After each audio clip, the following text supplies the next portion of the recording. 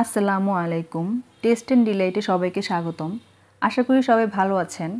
আজ আমি আপনাদের সাথে বাসায় কীভাবে ডাবল পেটির চিকেন বার্গার তৈরি করলাম তা শেয়ার করব।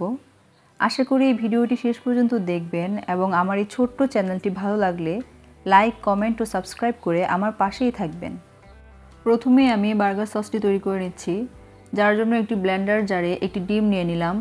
সাথে নিয়ে নিচ্ছি 1 চা চামচ রসুন বাটা, হাফ চা চামচ সরিষা বাটা এবং হাফ চা চামচ লবণ। লবণটা এখানে আপনারা চাইলে স্বাদ মতন ব্যবহার করতে পারেন। সাথে নিয়ে নিলাম 1 টেবিল চামচ চিনি, 1 টেবিল চামচ সাদা সিরকা। সিরকাটা ব্যবহার করলে সসটিকে ফ্রিজে রেখে প্রায় 1 থেকে 1.5 সপ্তাহের মতন সংরক্ষণ করা যাবে। এরপর আমি 1 কাপ পরিমাণ তেল দিয়ে সবগুলো উপকরণ খুব ভালো করে ব্লেন্ড করে নিব। তবে তেলটা আমি একবারে সব দিব না, অল্প অল্প করে দিয়ে ব্লেন্ড করব এবং সসের ঘনত্ব কেমন হয়েছে তা চেক করে নেব। 2 বারে তেল দিয়ে ব্লেন্ড করার পর সসটা ঠিক এরকম ঘন হয়েছিল। তবে আমি আরেকটু ঘন করব, তাই আরেকটু তেল দিয়ে আবার ব্লেন্ড করে নিলাম।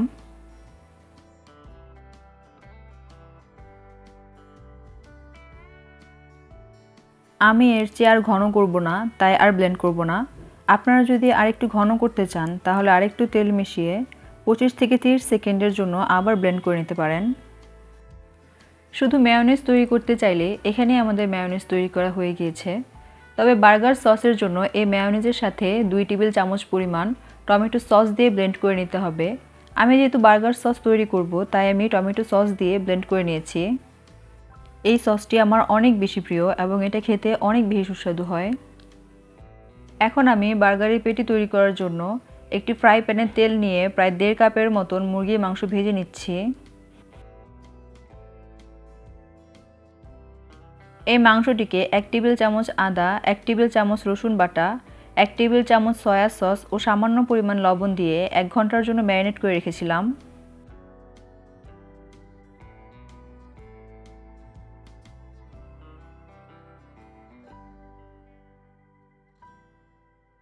মাংসগুলো খুব ভালো করে ভাজা হয়ে গেলে আমি চুলা বন্ধ করে মাংসগুলোকে 4 ভাগে ভাগ করে নিয়েছি।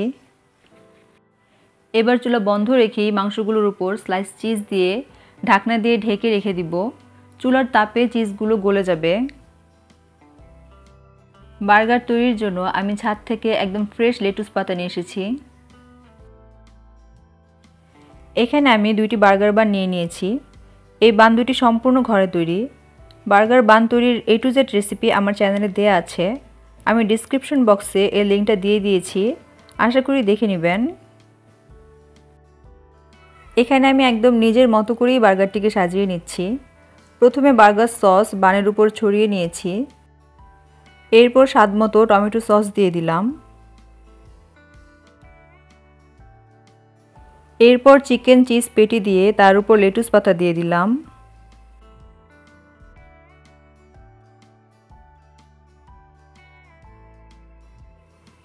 আরেকটি পেটি দিয়ে দিচ্ছি। পেটির উপর আমি আবার বার্গার সস ও টমেটো সস দিয়ে দিচ্ছি। আপনারা আপনাদের পছন্দ অনুযায়ী বার্গারটিকে সাজিয়ে নিতে পারেন। আমার যেভাবে বার্গার পছন্দ আমি ঠিক সেভাবেই সাজিয়ে নিচ্ছি।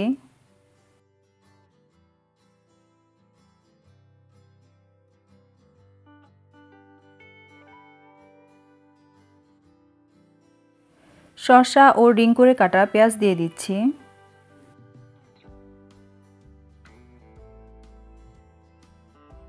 পুনরায় একটি লেটুস পাতা দিয়ে দিচ্ছি। এবারে বানের বাকি অংশ দিয়ে তৈরি করে নিলাম ডাবল পেটি চিকেন বার্গার। এই বার্গারটি দেখতে যেমন সুন্দর হয়েছে, খেতেও একদম রেস্টুরেন্টের মতোই হয়েছে। আশা করি আমার রেসিপি ফলো করে আপনারাও বাড়িতে এমন সুস্বাদু একটি বার্গার তৈরি করে নেবেন। ভিডিওটি কেমন হয়েছে তা কমেন্ট করে জানাবেন। ইনশাআল্লাহ পরবর্তী ভিডিওতে আবার দেখা হবে। সবাই ভালো থাকবেন। আল্লাহ হাফেজ।